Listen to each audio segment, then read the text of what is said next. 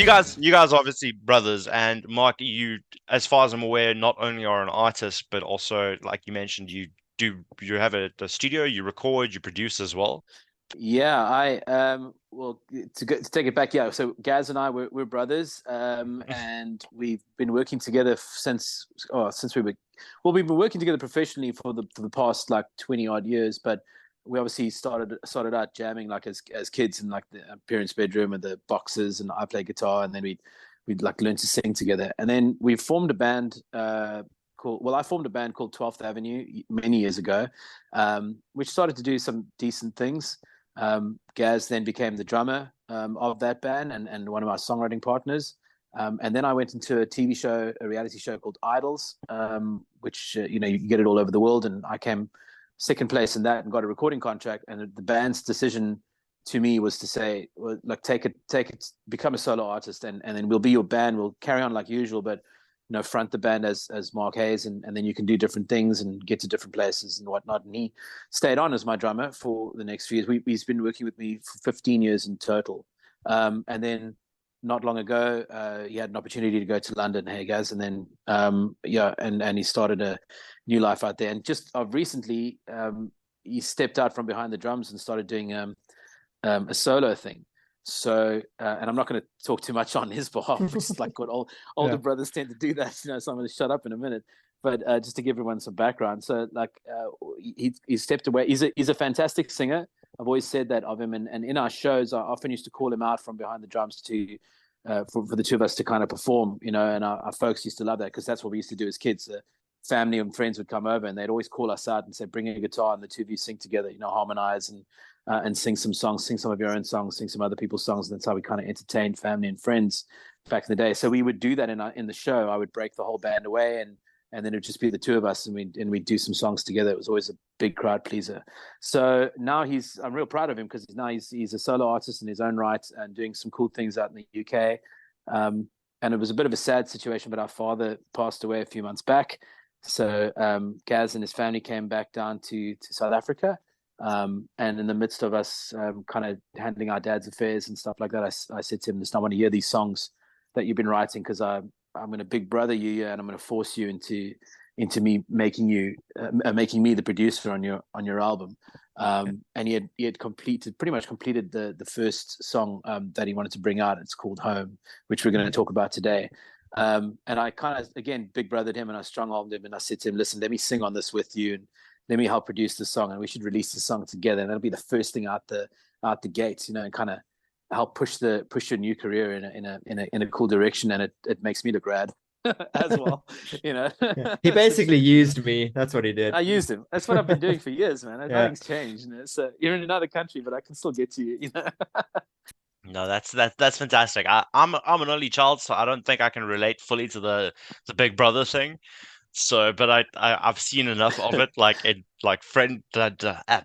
God damn it, if I get the word straight, dynamics with friends and stuff and siblings. I was in a band with 3 siblings at one point, so I kind of get it. Man, I feel for you. That must have been a horrible experience. This is basically I made the joke of the Hunslas and me. Yeah, I know for a fact. I know for a serious fact that we've had band members that looked at it from both sides. Like there's still to this day there are jokes that we have made over the years that only we find funny, and no one else understands the context. Not a damn do we tell them the context either, and it sets us off on like a giggle, and then the fact that it's over from there. But at the same time, like there were there've been many arguments or fights that turned super personal, like super quick, where it'd be like there was one occasion I remember I was kind of telling the band, okay, keys, you got to do this, bass, I need you to kind of run a little bit this way, drums, and I look at Gaz and I go, you should do whatever, and then he'll say something like, you should try not to be such a dick, maybe. I'll be like, whoa, man, where'd that kind of thing? Just watch the rest of the band kind of fade away into the corners of the room, go take a smoke break while the two of us hash it out with each other. Yeah. And it's got nothing to do with the music, it's just got to do with brothers being brothers, Yeah, but, pretty much. Yeah. As long as you can laugh that sort of thing off, everything's cool. We're not like the Gallaghers, it's not like Oasis where it's that detrimental that the band's got to break up because of it. But we had a fair share of like fun fights, I suppose. Yeah, I think so. Yeah, we always made up afterwards, which is I think important. I think the reason we're probably a lot like that is because we're both really, really passionate about what we do. Absolutely. So like, I know with us being in a band together, the most important thing was always, is the music going to be good? Are we getting our point across, and are we putting on a good show? I think like because we're both really, really driven to do that, we sometimes clash a bit. And then, we go and have a cup of coffee or whatever after the rehearsal or whatever, we've had an argument, and then talk it through a bit more in a bit more of a civil way. And then we kind of realized like we were both essentially trying to achieve the same thing. We were just saying it in different ways. So it's that kind of interesting personality clash, I guess, that kind of pops up. Absolutely. Like Gaz would never let me do anything second best. That's one thing. One of the best things about him doing his own thing now and stepping. Look, I'm somewhat involved in the first release, and I'm the producer on his album. But it's him. It's all him. He wrote the lyrics. He's made the music. It's like I'm just there to put it together in a production phase.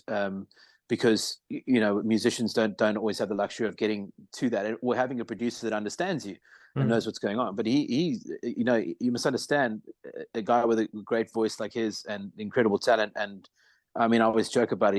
He's the good-looking brother, the thin one, and then he's behind the drum set, pushing my career for all these years. You know what I'm saying? So I'm really pleased that he's out there doing that. And again, like, both brothers will not let the other one go second best. It's just not going to happen. So sometimes that turns into a little bit of an argument. Sometimes it turns into a full-blown fight. But damn it, man, at the end of it, like, it's got to be, you're doing it because you love the other one, and you want to make sure that they don't fuck up, and that you don't want to see the family name like suck. Yeah. So hence it gets heated, but it always comes right at the end. Never been like a brotherly fist fight, at least. Not a chance. I'd kill him. But I've been, I mean, I think I think I threw a drumstick at you once, but I didn't throw it very hard. It was more of a jokey kind of throw. It hurt. I won't lie. It hurt. Like, emotionally, it hurt, and then physically it hurt more right after that. Yeah, drumstick to the shoulder is not. It's not a fun thing, kids. Let me tell you now. So yeah, but you always you know when it's a joke, and then you know when it becomes serious. And sometimes, as you probably can tell from this interview, I waffle on, and he kind of sets me straight with a drumstick to the shoulder, and then that'll sort you right out, bring you right back to home. So yeah, I'm just looking after you. That's all. I find like a lot of bands have that like similar dynamic though, where there's like the front man brother, and then like all the brothers, where it's a dual like front man / drummer thing. Like I've seen it in bands like Pierce the Veil. I know with Hailstorm, like siblings. Hailstorm, yeah. Like it's RJ and Lizzie, and like a couple of others that don't like I know of that just don't come to mind right now. But it's a fairly like interesting dynamic where it always seems to be like the siblings as the front man and the drummer. Yeah. And it's I gotta say, like, I could recommend it, because like if you take Lizzie and RJ, for example, like, he's the younger brother as well, but the story goes is that he stepped in because it's like whoever she was working with just wasn't good enough for him, and he's like, you got to have something better, and I'm the one to do it for you. Let me step up and do it. So the dynamic is almost exactly the same with Gaz. I had a band, and the band was okay. Drummer was a complete nut, and a talented nut, but like a nut nonetheless. So and he let us down a lot of times, and there were real issues. And like, I was trying to be diplomatic at the time, but I even made this poor guy go through an audition amongst other drummers to come in, because I didn't want to show like nepotism in the process, because I never wanted anyone to turn around and go, yeah, you just hired him because he's your younger brother and you can boss him around. Well, let me tell you now, there's no bossing him around. And second of all, like, he beat everyone out because he was the best one for the job. And even the drummer that I have in my band now, he vetted the drummer for me. He's the one who went, like, when he first decided he was going to go and see what's going on in the UK for something he'd like to go do, he found me Adrian, and Adrian came in and stood in for him for a month while he was away. And now Adrian's my full-time drummer, and it's through Gaz's blessing that's happened. So it's all love, man. It's like, it's all, and it like Gaz says, it's for the mutual benefit of what's going to happen. Like, I know we talk about this a lot, but he always checks in on what's going on with me, and I always check in what's going on with him, because we're still vested in what's going on with each other wherever we go. No, that definitely does make sense though, and like it's nice that he at least had like his blessing with the drummer, because you don't want that animosity of like replacing him with someone who's like, fuck that guy. Like, that guy, like, you're looking from the sidelines and being like, you could have made better choices. Like, Yeah. And I think it happens. Like, we've watched enough like documentaries. I mean, it's what we grew up on as kids. we'd eat it up. Anytime MTV had something to say, background scenes and behind the music on a certain band or whatever bands that we liked and solo artists that we liked and stuff like that. You see, like when a new person comes in, I mean, look at David Lee Roth and Sammy Hagar from Van Halen. I mean, they're always saying something about each other on the back end, you know, like this, I did this one better, or oh, we just didn't have the chops to handle what I used to do and stuff like that. And that shit can really, it can get in the way, you know, and you can feel it happening. And I can tell you now, we all know, all the musicians in this country, like somebody's going to say something bad, whether that person's your brother or sister or whatever, it's going to cause a problem somewhere along the line. So to have him vetted, and I can tell you now, like live on the air, basically, Adrian has like the world of respect for Gaz, and Gaz has the world of respect for Adrian. Not once does Adrian say, well, I can definitely do this better than him. Like, in fact, we often have to have discussions, and he'll say to me, I can't do what he was doing in the song. And I'll have to say to him, all right, I'll tell you what, for this one, do it slightly differently, try it your way and see where it goes from there. And then you'll have to go with it. And then, you know, when Gaz came down the last few times on holiday, he was in, when we were busy doing the Authentic album, you joined me in studio to come and hear how the album was going. And if you know, it was also me looking over my shoulder going like, do you like this part? Are you cool with that? Like, he doesn't do it like you, but what do you think? You know, and it was always like, yeah, I would have not done that. That's a smart choice. I like that. That's rad. That's meaty, tasty.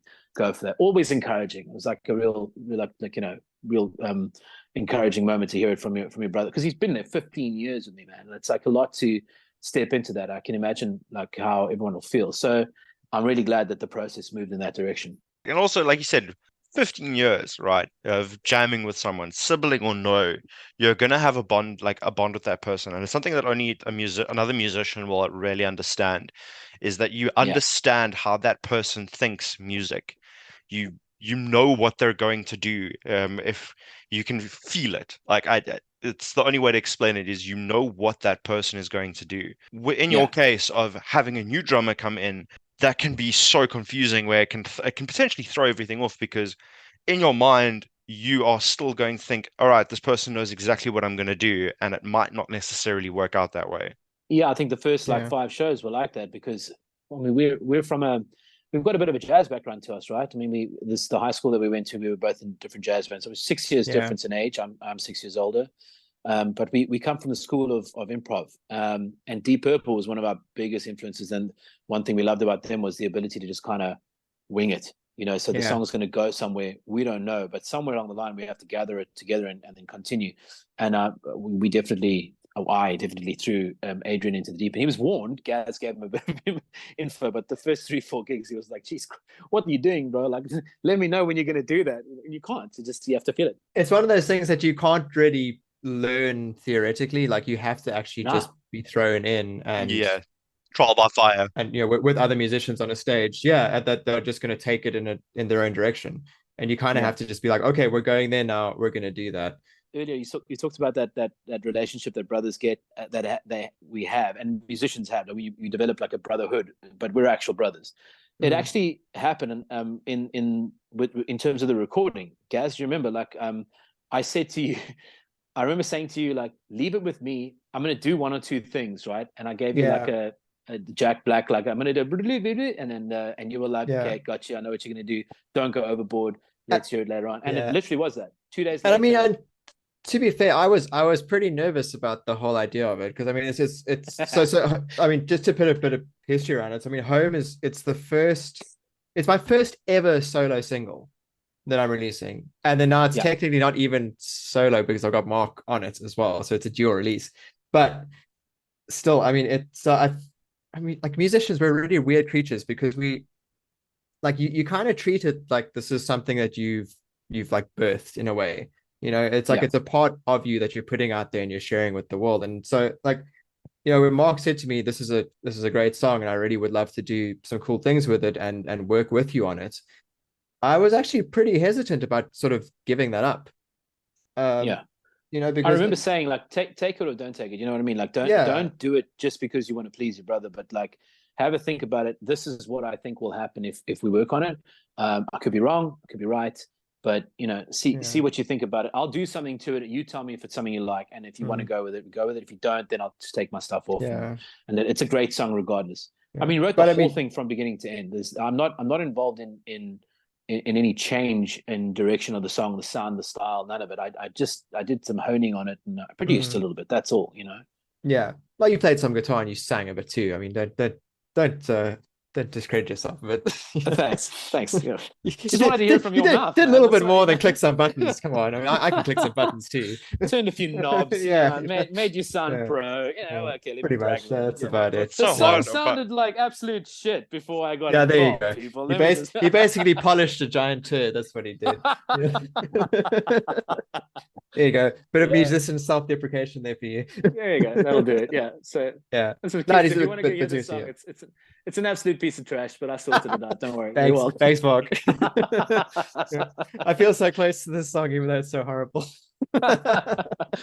Nah, listen, the song's pure gold. Like you know, Gaz mentions the whole thing about like you write a song, you're not sure if you want someone to touch it, but our heroes were Lennon and McCartney from the Beatles. They well, them and Joe Perry and Steven Tyler. They were like the Oh yeah. the fight fun, but let the greatness come out of it, you know. And it's one of the gripes we had when we watched Some Kind of Monster from Metallica. We were like, what the hell's wrong with Metallica? Why are they seeking help from Dr. Phil? Why are they hugging? They shouldn't be hugging. They should be hitting each other and fighting, because when they do that, they make songs like For Whom the Bell Tolls and, you know, Master of Puppets and stuff, because it's like, fuck you, I want this on the song. Well, fuck you, I want this on the song. And then someone fights until someone loses and the best thing comes out of it. And then eventually at the end of it, it's like, yeah, you were right, Dick, whatever. It was, but still, the song comes out as the hero, and then all the fans come running because that's what you've created, something that's been fought for, that's been won. Lennon and McCartney have a whole different approach to it. They're like, I don't care if you write the whole thing from beginning to end. That they make this decision when they're young teenagers at 16, 17. They go, if you write it or I write it, it's Lennon and McCartney, end of story, and that's how it is. And that's how we took a little bit of that with a little bit. We of were doing that fight. with 12th Avenue, actually, though, if you think Definitely. about it. A lot of Yeah, 12th we Avenue should- we stuff, should everything. even if it was one member of the band that wrote like 90% of the song, we would always It was split it shared. 4 ways. Absolutely. Because everybody Yeah. put their own kind of flavor into it. And I think that's kind of cool. Yeah, we were of the school of like, if you were in the room, your energy or something about you being there influenced where this decision making or process was going. So you had to be part of it. So therefore you were allowed to earn off of it. You know, that's how it would be. And there were some songs we didn't go 25, 25, 25, 25. We did make it like, you know, like for example, there was a song called I Don't Care off the Insane album where you wrote almost all of it.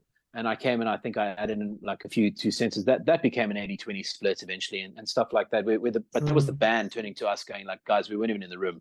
So just keep the royalties, you know what I mean? Like do what you know. And that's why we're millionaires today. You know, we've got so much money off our royalty. If only. But the royalties are so different now to what we were learning about when we were younger. You don't get royalties like you used to get them, you know, and stuff like that. You're not paying your house off for royalties. You're not buying a Ferrari with it anymore.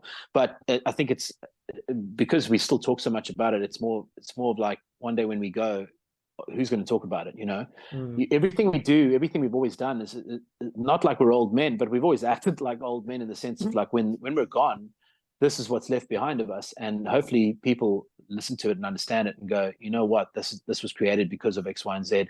We need to step up and do it because of X, Y, and Z, and that's how we make music live on forever. And that's just how it kind of goes, you know. But all credit's due to this guy. I mean, this song is just class, and I think I wanted to be part of it. Obviously, the situation of Pop's passing away was a big part of it. When you wrote it, he wasn't dead yet when you wrote it, you know. But No. I love when songs have like 50 different meanings or potential open meaning to whoever in whatever situation you may be going on, as in it's transferable to specific reason. And when I heard him sing it, I was like, I heard it before. I heard the demo before my dad died. Then I heard it again in a completely different light after our dad died, and then I started listening to it in the reflection of like, well, you're back home in SA now. You've been away so long, and we were catching up on things that we hadn't even thought of talking about back then, and that sort of thing. And it just started throwing the whole idea around for me that like, this is such a big song. You've got to release it as your first one, and it's going to make all the difference. And it pays big homage to our heroes. It's got a real Oasis feel to it. It's got a real Beatles feel to it. It's so much of everything. And then, you know, we only know that because of who our influences are. But when someone hears us, they're going to go, "What is this? This is new." I don't know this sound. This is a complete new different sound for me. It's so unique, and I'm not saying it because he's my brother. I'm saying it because if he wasn't my brother, I would have wanted to be involved in this. And but sorry, lads, like I didn't get to say this earlier. Condolences about your dad. Oh, thanks, man. Oh, Yeah, thanks, thank man. you. Yeah. Like you said, it was pretty recent, and it's really interesting how songs can be taken up, like interpreted in different ways. And I see that this is Yeah. releasing on the 14th of July, which is next Yeah. week. It's next week Sunday. That's right. Yeah, a That's week from couple today. weeks from now. Yeah. Yeah, well, Yeah. exactly a week actually from today. Oh, So nice. I'm quite stoked to check it out. I wanted to check, like you guys were talking about, Mark, you were talking about like watching documentaries and stuff. I was recently watching like some interviews with Butch Vig, Oh yeah. and like for me it was an eye opener because I had no idea how much he was involved in. I knew everything that I knew all the bands, I knew about the studio and stuff, but I didn't know him as an individual. I didn't know that he was the drummer of Garbage, Oh, nor yeah. that Yeah, he that's had right. recorded Yeah. Smashing Pumpkins and Nirvana. Yeah. And listening to Yeah. him talk about these stories and how, like, basically what you've spoken about, how important a producer can be to a song as well. Well, they can and they can't. You know, sometimes they can ruin a song. I mean, I know U2 fired Rick Rubin. Rick Rubin's one of the greatest producers of our time. I watched Rick Rubin talk to Paul McCartney on that last documentary, McCartney 3-2-1, or 1-2-3, whatever it's called. 3-2-1. 3-2-1, yeah. And there you hear how freaking insightful that guy is. He's incredible. Watching Rick Rubin when he was kind of working with Metallica initially, I mean, I thought there was a hobo lying on the couch. I was like, who's that guy? Why is he doesn't open his mouth once. He just lay there and let them kind of unfold what they're unfolding. And I think it's because he probably felt like he wasn't allowed in because they'd worked with Bob Rock for so long. That was the issue, you know. And then you get guys like who's like renowned. Phil Spector is renowned, but hated at the same time. As a human being, people don't have anything good to say about Phil Spector. He pointed a gun at John Lennon, and John Lennon beat the shit out of him. It was like a real situation. But what he brought out, Instant Karma, excuse me, and then I was listening to Radiohead before I came on here. That's probably why I got Karma Police then. But Instant Karma and Imagine and all these great songs where the sound is just something that, I mean, we listen to it now, we're like, cool, Imagine, we've heard that, but we're students of music history. You got to take yourself to that time and go, well, that sound, that doesn't exist. So now hear it for the first time as if it's never been played before and go, whoa. Or do yourself a favor as a music student and go and listen to music that had come out just prior to the release of Imagine, and then listen to Imagine and go, whoa, what the hell did Phil Spector do? He changed music, you know, I Can Tina Turner, Proud Mary, stuff like that. So a producer can have some sort of swaying influence. George Martin most certainly changed music as we know it, and he was the Beatles producer from day one up until the Beatles disband, you know. And there's no doubt in my mind that he changed what the Beatles were. In this case, with Gaz, that's not necessarily the situation. Obviously, I must have hopefully had some influence over your musical taste and journey over time. I know you have had a huge influence on what I listen to, even the way I sing. The high notes and the dream scream and the stuff that I'm known for would never have come along if he didn't sit me down and say, listen to Aerosmith. And I was like, why? And he like, just listen to it. And I was like, man, it's a bit wild for me because I was into the blues. I was into Clapton and the Beatles and Queen. And Freddie, you know, from Queen, is obviously he's got a lot of power in his vocals, but it's all very melodic. There's no real chaos in Freddie's singing. And there's a lot of chaos in Steven Tyler, who's now one of my favorite vocalists of all time. And then from there, you know, we had a really like spaced out musical journey. His is more straightforward. You being a young guy, you listen to stuff from your time and then delved back, whereas I listened to stuff out of my time and delved all the way back to the 50s and 60s and then worked my way up the chain. I mean, I only got into grunge when grunge was over. You know what I mean? I'm always late on the cards, but thanks to Gaz, he put me in touch with Aerosmith, which then put me in touch with Guns N' Roses, and then put me in touch with Deep Purple. So I'm jumping back and forth in years, as you can tell. And that changed the way I decided to sing, because I first goofed around with Child in Time, which is that really, really high notes. It's an A 2 octaves above middle C, which is a lot of women can't reach that note, but I can reach that note if I really push to the top scream. And that's the highest I can go. And I did that as a goof in a rehearsal while he was in the rehearsal. He wasn't even the drummer in the band, but he told me go for it. And from there on out, the band that I was in, which he was like, we were doing the lights and stuff for us, or carrying gear at the time. Yeah, it was basically a one-man road crew. you were the one that said like, do it, dude. You can actually do it. Shit, just sing it. So we did, and Siblings, the free audiences were labor. always kind of, yeah. Pretty much, Man, I yeah. got a great story. Can I tell them that story about? We used to play this club in Cape Town called the Purple Turtle, Yeah. and they had like there was, I wouldn't call it a light rig. They had two different color lights, and they would flash, like they would stay on, or Yeah. you could switch them off, and there was a switch by the wall. Yeah, it was So we connected to a single light switch on the wall. we were Yeah. playing this battle of the bands, and so I'm like, dude, we need a little bit of like light help. Can you come and help us? So he Ambiance. carries the gear inside.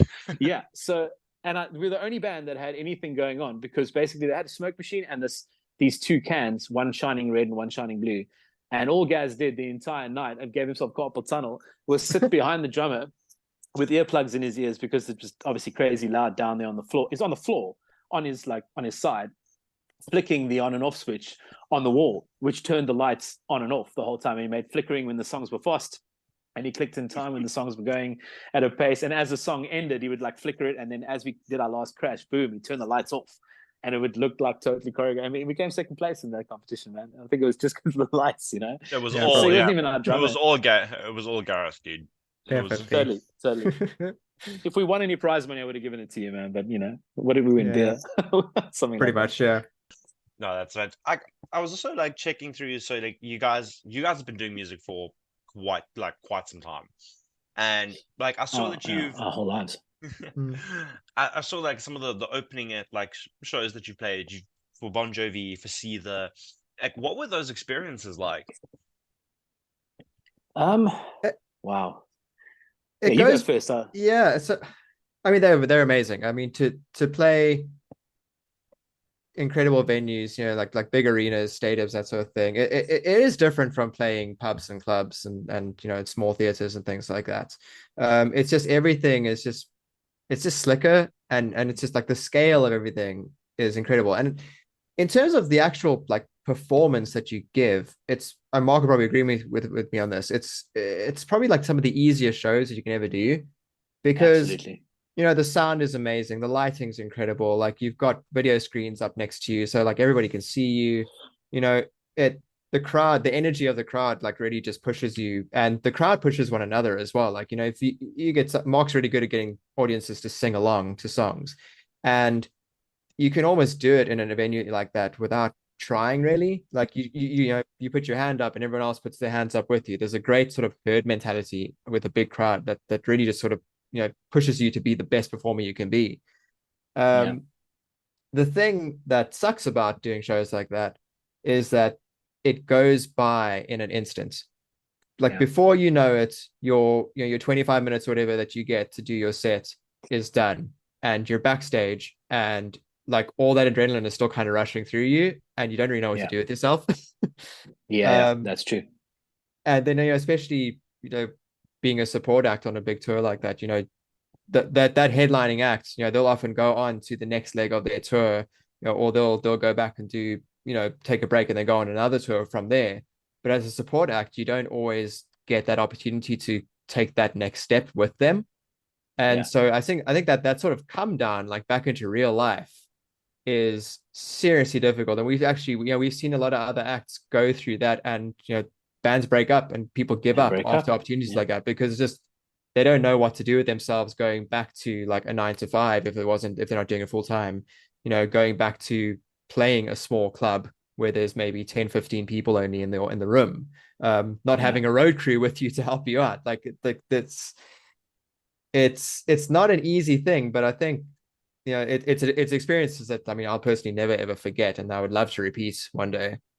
Yeah, look, being South African, we don't have that size of crew helping us at any point. A lot of the time, these cats will be playing clubs in the States that are bigger than like 4 or 5 of our clubs combined, you know, and therefore they've got a massive crew that work with that, and lighting rig, and people like handling stuff backstage for your monitor engineer and stuff like that. And then you end up bringing like your own sound guy and your own monitor guy and your own guitar tech along to it. And we learned a hell of a lot about that with Seether, but with like Gaz is actually the one who he foresaw how this was going to turn out.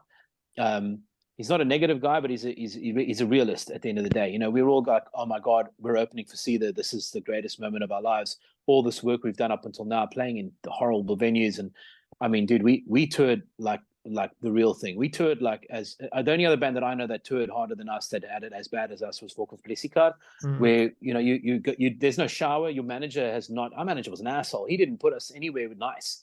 There was nowhere nice. We're going to stay at this backpackers, but by the way, you're staying in one room because we're going to try and pay for one room instead of one bed instead of like something else. Well, I mean that was if we even stayed over at some places. Sometimes it was just like, pack up the show at the end of the night, leave the venue like 2-3 a.m. in the morning, and leave and drive to the next city, and then start again. Sleep in the van if you can, wash in the bathroom sink at the club. It was several times we nearly died on the road. Several times. I mean, it was and they weren't close calls. They were like, we saw heaven. Like you're talking like head-on collisions, nearly manager falling asleep at the wheel, something terrible happening, or like just terrible things. And you wouldn't get to shower. You'd have to like kind of Dutch oven it. You go to a venue and then like they wouldn't open the doors for the public yet. So we go, that's freaking great. Then we go in and we'd like wash our clothes in the sink in the club. And then hang them outside the tour van. People would say, we saw the 12th Avenue tour van, and then there'd be clothes hanging off of it stuck in the windows. You mean they could smell the 12th Avenue tour van? They'd smell us coming before we showed up. But and because of all that, we'd driven the hard road. So we get to open for Seether. It's 2009, I think it is. 2008. 2008, and we've got a new album that's I think had just hit. It was about to hit. No, it hit. We just released it. Yeah. So we had it rough on the tour, and you must understand we had day jobs at the time. So tour for us was a getaway, or just like, because we were trying to work in a way to move away from being full-time workers into becoming full-time musicians instead of part-time musicians. We would go at the tour scene hard. And we would play every weekend as often as possible, sometimes in the week. I mean, our bosses must have hated us because we go away on like, you get leave every year, 3 weeks, 4 weeks, whatever it might be. And then we plan for tour. Everyone takes their leave together and we hit the road tour. You come back and you're broke, and boss is looking at you like, what's the matter with you? You just had leave. Why are you so wrecked? And you're going, well, I used this to fund the other job. And that's what the other job was. So we took this extremely seriously. Yeah, you know the drill. So I think every musician in SA knows that life, because that's what everyone's trying to work towards. It's not usually financially viable. I'm in a very blessed position now where this is all I do. And that's, I had to go through the hard ropes and try to get on a reality TV show and blah blah blah to get it done. So we're working our asses off at this point in time, playing every crappy place you can find, and like out of every good place, there's like 10 more shit places to play. Those are the odds you kind of work with. And you build a fan base, and we do it honestly, like the old way. We used to hand out flyers. We used to put posters up places. We nearly got arrested, I don't know how many times, for gluing posters up in city walls and stuff like that without permits. But you do what you got to do to get by. So we really are from the old school. Like we did we had to do what it takes to get our name out there. And we had 2 number ones on radio, and we were starting to get somewhere. And finally, this break comes where we get to open for Seether. And naturally, we lose our minds. And because we were such documentary fundies and that sort of thing, we're thinking, we're not the rule, we're the exception to the rule. We're going to be Guns N' Roses now. We're going to be Queen now. We're going to be this, and our break's going to come, and we're going to be famous. And fame was very much on the minds of all of us, me included, but not Gaz. Gaz's mind was always on, like, let's be realistic about this. This could be something we could do forever. But let's think about this. We're watching these documentaries of their lives condensed into a 2-hour movie, and life is long, at least 70 years long, or 60 for some of us, and sometimes 80, but you're playing in that zone. So he comes to me after gig number 1 on the Seether tour, and we played 4 massive arenas, first time ever. I mean, you just had to say you're thirsty, and someone was there with water. Or, in Seether's case, usually tequila and straw rum and stuff like that. And he gives me this warning, and he says to me, Mark, just keep your head about you, just focus, remember, because we were also very staunch with this. I mean, our manager, being the asshole he was, he worked us to death, but he was realist in the sense of, like, when this is done, we have to hit the ground running. Everyone's going to know your name by the end of this, and you're going to have to go play all those crappy places all over again right after this is done. And we did. So he gives me the warning. It's on my head, in my mind, fully. And we end the tour massively strippers come and strip, and the alcohol's flowing like water, and it's crazy. And we say goodbye to Cedar, and promises get made between the record execs and us and all that. That same old crap. They're all high on coke, and they're all like, "You're going to be the next best thing. I promise you now." And half of me is going, "Fuck, this is amazing," and the other half is going, "Listen to what your brother said. He's a smart guy. He knows what he's talking about." And 4 days later, we go to this club doesn't exist anymore, but it was a legendary place in Cape Town called the Corner Bar. But legendary in the sense that there were beautiful people there, and the place was always packed with shows, and we always had great fan support there. But the gear was less than top notch, shall we say? And the sound guy just knew how to make anything. He could make a keyboard feedback if given a fucking chance. But lovely guys. Well, everyone we worked with were great people. We never really stuck around with the people we didn't like. We always had good people with us. But I'll never forget it. Like the words are ringing in my head. It's dirty. It's sweaty. We haven't even started the gig yet. We're busy plugging in with the last band to play because we're headlining. You think you're a headliner. You're like, you've got all the greatness. But the headliner's like at the worst. No sound check, no nothing. You're running in there. The crowd is hyped and drunk to the point of death. And you're standing there going like, oh, I hope we can get to hear each other after we've just been having these fantastic shows with monitors size of the PA. And the stage is sticky also. It's sticky. Yeah, I'll never forget it. My feet were sticking to it. I had to go down on one knee to get down to my guitar pedal, and my leg got stuck to the ground. And I look to my left, and our guitarist, Bjorn, he turns around and something's wrong with his pedal. He can't get a cable to go. There's no light. He can't see what he's doing. And all I hear him say is, "Can someone just fucking get me a glass of water or something? Christ, someone please help me." And I look at him and I go, "Whoa, bro, tone it down. We're not, see, there's not coming. Here we are, okay? Stick it out, pull it together." And it's one of the first times in our lives that we didn't just start. I told everyone, guitars down, sticks down, just come with me. And we ran down to the owner, Dino. He had a little apartment above the ship, above the room, and I pulled everyone up there, and I was like, "Pull your shit together, guys. It's not Cedar. It's not the tour of our lifetime. We're back. We're back where we are, but we've got a bigger name. Stuck it up. No one's bringing you anything. If you're lucky, some girl's going to take you home tonight. That's as far as it goes." And then hit the stage, and we did, and we pounded it to death. And I'll never forget, because fans that had come along for the first time, and fans that had been there from the Gross days, they all said to us at that show, they were like, "It's like you never forgot." And we're like, because that time frame of playing for the last month and a half with Cedar, with us with them, it felt like being lifted away from what you were doing.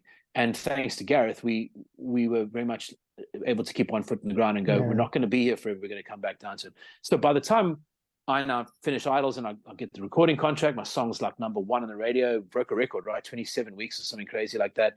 We played places that we were never allowed to play on the club scene. So now we're touring Johannesburg and Durban and Port Elizabeth, East London. We're all over the country. We've done Namibia a few times. And the call comes in to open for Bon Jovi. We keep it secret between us. It's a huge, exciting thing. And the record label goes and makes some sort of a mistake and pisses off Elvis Blues manager. And somehow Elvis Blues manager goes and snubs us out and gets Elvis Blue to open for Bon Jovi. We're driving in the car on our way to somewhere, and we hear the announcement, "Oh, ladies and gentlemen, here he is in the studio live, the opening act for Bon Jovi." And we're going, "What the hell?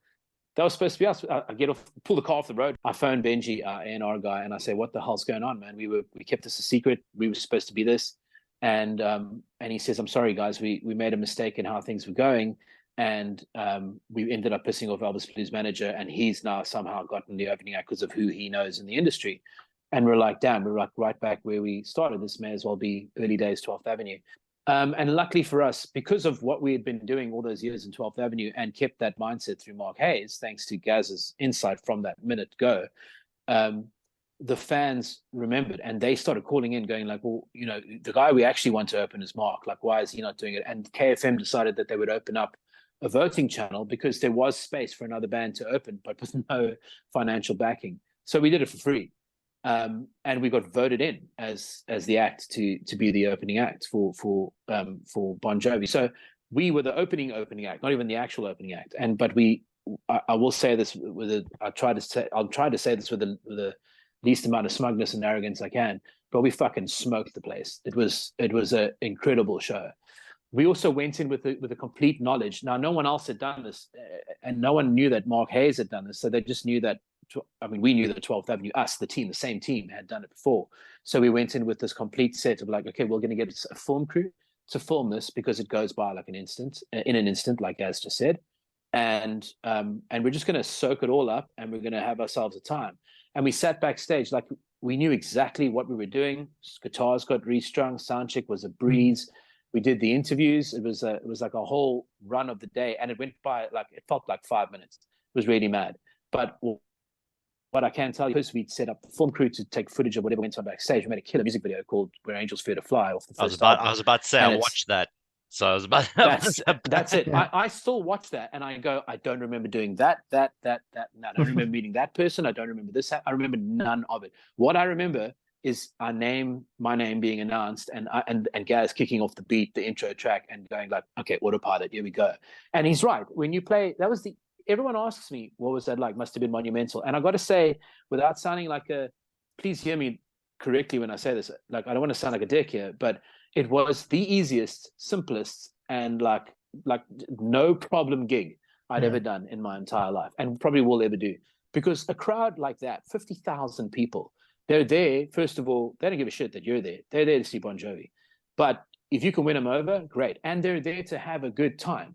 So if someone happens to tickle their fancy and you're somewhat in line with the band they're coming to see, you win. You win. Yeah. We won from the get-go. We even decided to throw in a cover song. We threw in Satisfaction from the Stones as our second song.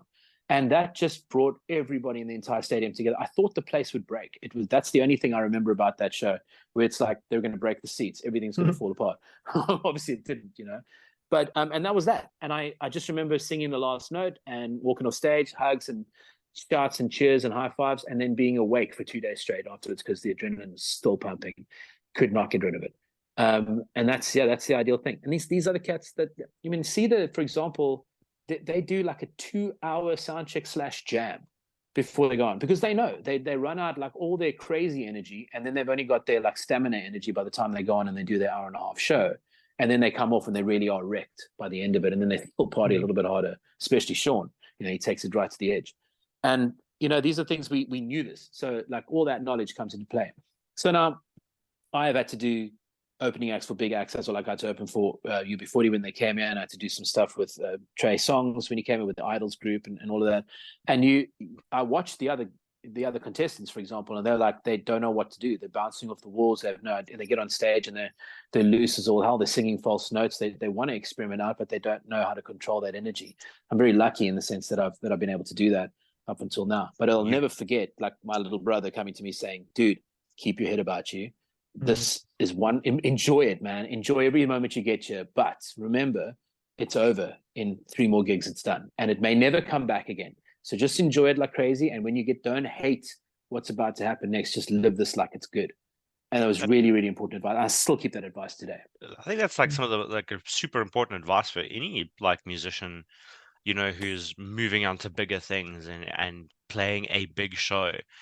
Like it's what like I can definitely get behind that advice, where it's because too many people lose their head. Too many people get an ego, or like you said, they end up quitting because it's just nothing compares to that. Or well, they're in it for the fame, right? That's the whole thing. Kids come to my studio and they're like, yeah, make me famous, and I go, get out, leave. And they're like, what's wrong with you? And I say, look, listen, this is how serious that conversation is. Get out or stay here because you want to be an artist and you want to make something good and have something stay behind when you die. Look at Van Gogh. I mean, like he never lived to see any of his famous paintings. Nothing. Chopped off his ear, lost his mind, and now his stuff's selling for billions all over the world and sits in the Louvre. You know what I mean? He knows nothing of that, but what he did was so important in the artistic world. Yeah. And that's what you have to live by. Jeff Buckley is a great example of a musician that never saw the fame that his music did. Never. And he never will. No one even knows how he died. Like it disappeared in a river, Also, Rodriguez, where at least he was found, but there was a group of guys that had to go track him down and tell him, hey, you're famous, by the way. An entire continent. Yeah, an entire continent into his music, and he's busy. He's working in a coal mine. Like, what the hell? Yeah, So man, it's insane. One of the most sort of interesting examples of that. So where I stay now, like in West London, right? There's a there's a pub. I mean, it's actually it's the venue that I'm launching the single at soon. It's called the Red Lion, and they do a really awesome jam night every week, right? And that's sort of what got me like started on the whole solo path. I went to the jam night a couple times with some friends, and I was kind of thinking like, no, I could do this. I'll give it a try.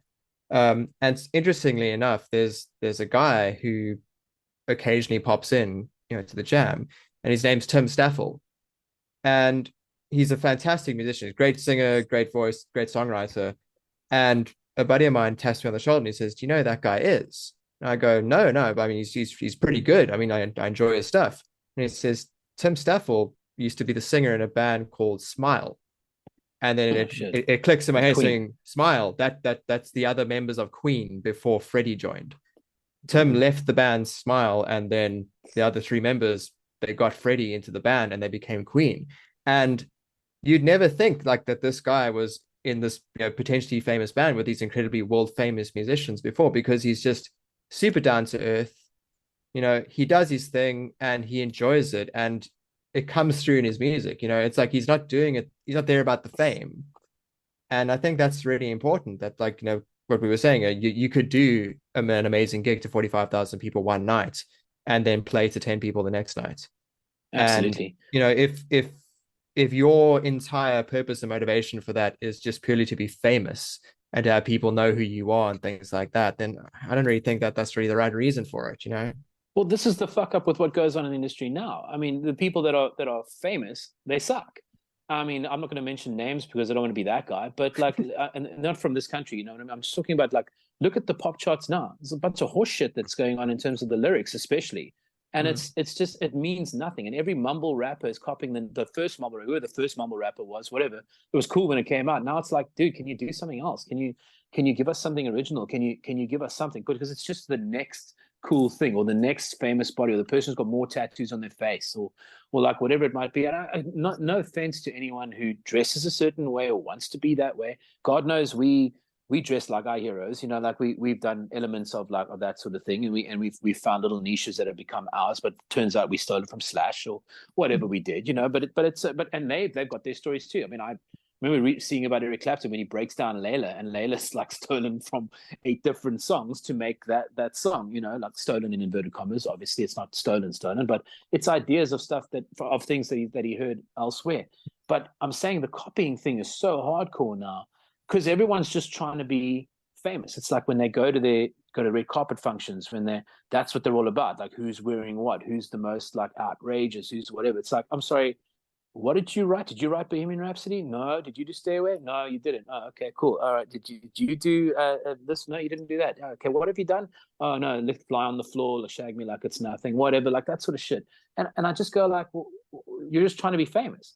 It's very easy to be famous. If you look at the Kardashians, you just need a lot of money and you need to do outrageous things, and then you could be famous. It's just like, do us all a favor, who's ever's listening to this, and stay the fuck away from the music industry so that we can actually make art and you guys can go be famous for something else. That's how I feel about it. I'm getting super serious in the moment on it, but that's how hectic it is. It's like when you come into my studio and you go like, can you make me a star? I go, no, get out. No one can make you a star. Like, and you can become a star tomorrow. You just have to make a sex tape or something stupid like that. Just anything dumb you can think of, that'll get you there. Or at least 10 minutes of viral fame or whatever, and then go off and do that. But if you want to make something serious, then come talk to the Haze brothers and we'll sort you out, But like that's about it. Yeah, I got nothing more to say on that one.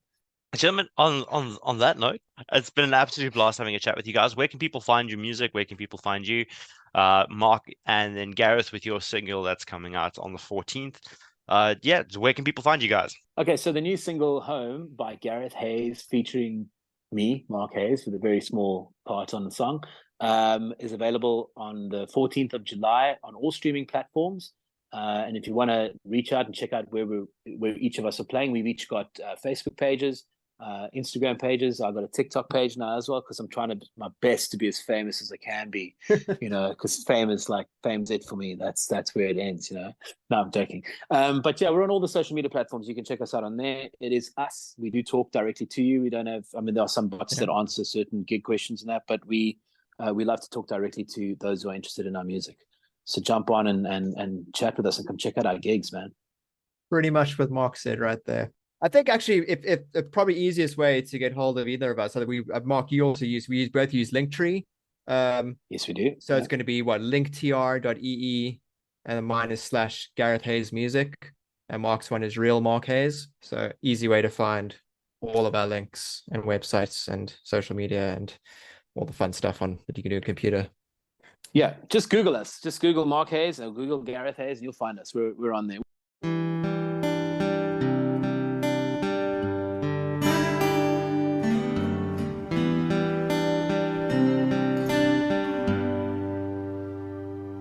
As the last train of the night departs its station, and the city lays its weary head to rest, in the silence I am filled up with elation, as in the quiet of the night I'm next to you.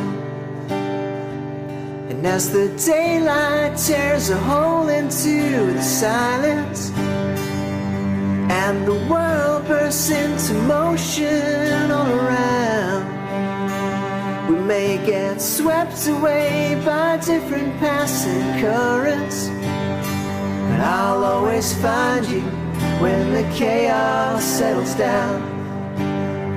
I know that I may wander off from time to time,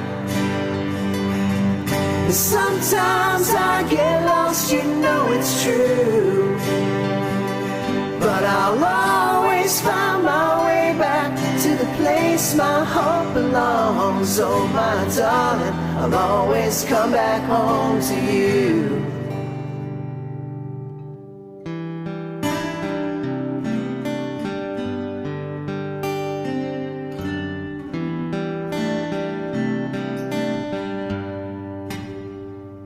When the gray skies of the city pull me under, and I don't know if I'll ever make it through, your outstretched hands reach for me, your arms surround me, you carry me all the way back home to you.